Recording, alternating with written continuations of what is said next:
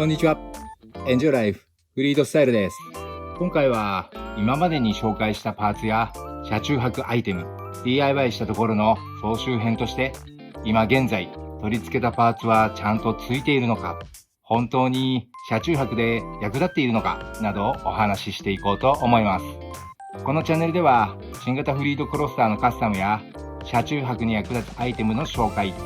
車中泊の様子などの動画をアップしています。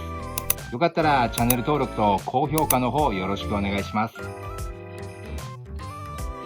まずは一番最初の動画、フリードクロスターブラックスタイルにしてみたで紹介した各パーツですが、取り付けて9ヶ月、この暑さでも取れることなくしっかりついています。ドアハンドルやサイドミラー、リアに取り付けたパーツはツヤのあるピアノブラックなので、マットブラックがあればなぁというコメントをいくつかいただきました。私はこのオプションで付けたグリルやヘッドライトの部分がツヤのあるブラックなので、このラインはツヤのあるピアノブラックにしてよかったと思っています。このラインより下はマットブラックで統一しているので、同じブラックですがメリハリがついて一段と引き締まってかっこいいと思っています。こちらのパイプバンパーナンバープレートは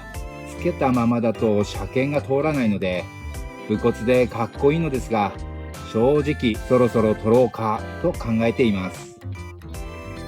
春に履き替えたオープンカントリー AT3 はホワイトレーターなので、よりアウトドア感が増してかっこいいですね。私は突き上げ感やロードノイズはさほど気になりませんが、燃費は少し悪くなると最近感じています。燃費より見た目重視の方におすすめですね。次は取り付けてよかったパーツ4選、内装編で紹介したパーツですが、今も実際についています。サイドスカフプレートは車中泊をする際に靴を置いたりするので、車本体に傷がつかず重宝しています。このシフトパネルカバーはラグジュアリー感が上がるので、つけてよかったと思っています。こちらも取れることなくきちんとついています。各ポケットにつけたインテリアラバーマットはボトルホルダーにペットボトルを入れても走行中カタカタ音が鳴らないし、スマホなどを置いても滑らないので取り付け必須ではないかと思います。キックガード3点セットは乗り降りの際に結構足をぶつけて汚すことが多いので、ドアの部分だけでもつけておくといいと思いますよ。こちらの動画で紹介した遮光カーテンは車中泊の時にさっと目隠しができるので、本当に取り付けてよかったと思います。簡単に目隠しができるのっていいですよね。自分で取り付けたルーフラックですが、収納場所が少ないフリードクロスター 4WD にはあると助かるアイテムです。私は電気毛布やラグ、枕などを入れています。取り付けも簡単なので、必要と感じた時に購入して自分で取り付けてもいいと思います。フリードって充電ポートが少ないですよね。そんな時に役立つのがこの増設電源ユニットです。これがあれば妻と車中泊に行った時でも2人分のスマホの充電はもちろんですが、撮影用のカメラのバッテリーの充電も同時にできるのでかなり重宝しています。ただし最初からついている両面テープだとすぐ剥がれてしまうので、強力な両面テープを購入してつけた方がいいと思います。こちらのダッシュボードマットはフロントガラスへのダッシュボードの映り込みを軽減してくれるのでかなりおすすめです。断熱効果もあり、暑い時期には車内温の上昇を抑えてくれますし、ダッシュボードの劣化も防いでくれますよ。こちらのホルダーマウント&スマホホルダーはめちゃくちゃおすすめします。ホルダーマウントですが、スマホをセットしてもそんなにダッシュボードより上に出っ張らないので、運転している時の視界の邪魔になりません。スマホホルダーは冷却ファンがついていて、スマホの熱上昇を防いでくれるので安定して充電することができます。この組み合わせはいいですよ。続いてはギムヤさんの車中泊マットです。これは毎回車中泊で使っています。フリード専用設計になっているので、車中泊モードにするとぴったりフィットですし、段差解消マットがついているので完全にフラットになります。少し硬めですがなかなかいい車中泊マットです。このテーブル付き収納ボックスは本当に便利です。私はこの中にケトルやライト類など細かいものを全て入れています。拡張できる折りたたみ式のテーブルがついているので、かなり使い勝手がいいです。DIY で作成したテレビ台とラゲッジボードは自分でもよくできたと思っています。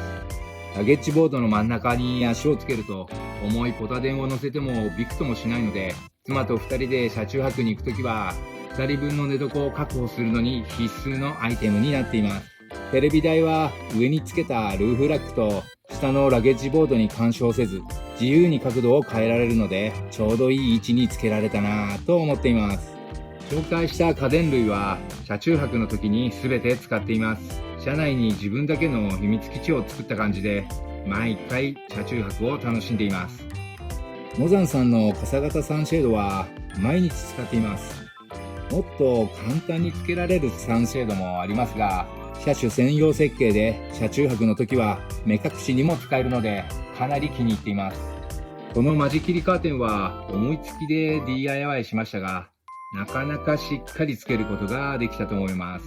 特に夏の車中泊はポータブルクーラーを使うので効率よく車内を冷やすのに役立っています。私が使っているポータブルクーラーはイージークールという窓に引っ掛けて使うタイプのものです。いろいろと検証動画も上げているのでよかったら見てみてください。この夏に妻と2人で徳島の阿波踊りを車中泊をしながら見に行った時に使いましたが、かなり消費電力を抑える使い方をしてもしっかり車内を冷やすことができるポータブルクーラーなのでおすすめです。この天井に這わせた LED ライトは消費電力も少なくかなり明るいのでつけて正解でした。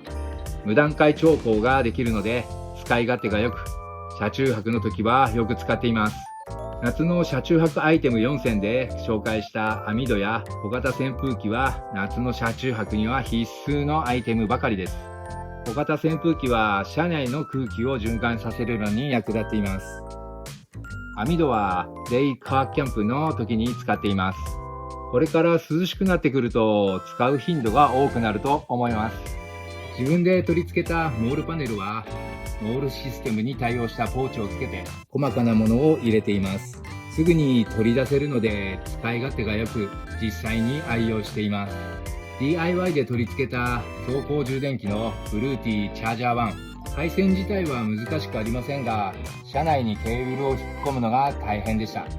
先ほども言いましたが、この夏に妻と2人で徳島の阿波踊りを車中泊しながら見に行った時に使いました。約500ワットで充電できるので、数時間走るだけでポタ電が満充電になり、連泊する車中泊旅には重宝しますね。これをつけたので連泊の電気不足問題が解決しました。これは動画で紹介していませんが、100均のセリアで購入したアイアンバーに磁石を貼り付けてサンダルホルダーとしてここに収納しています。サンダルって結構かさばるので、このようにしておくと場所も取りませんし、すぐに取り出せるので便利ですよ。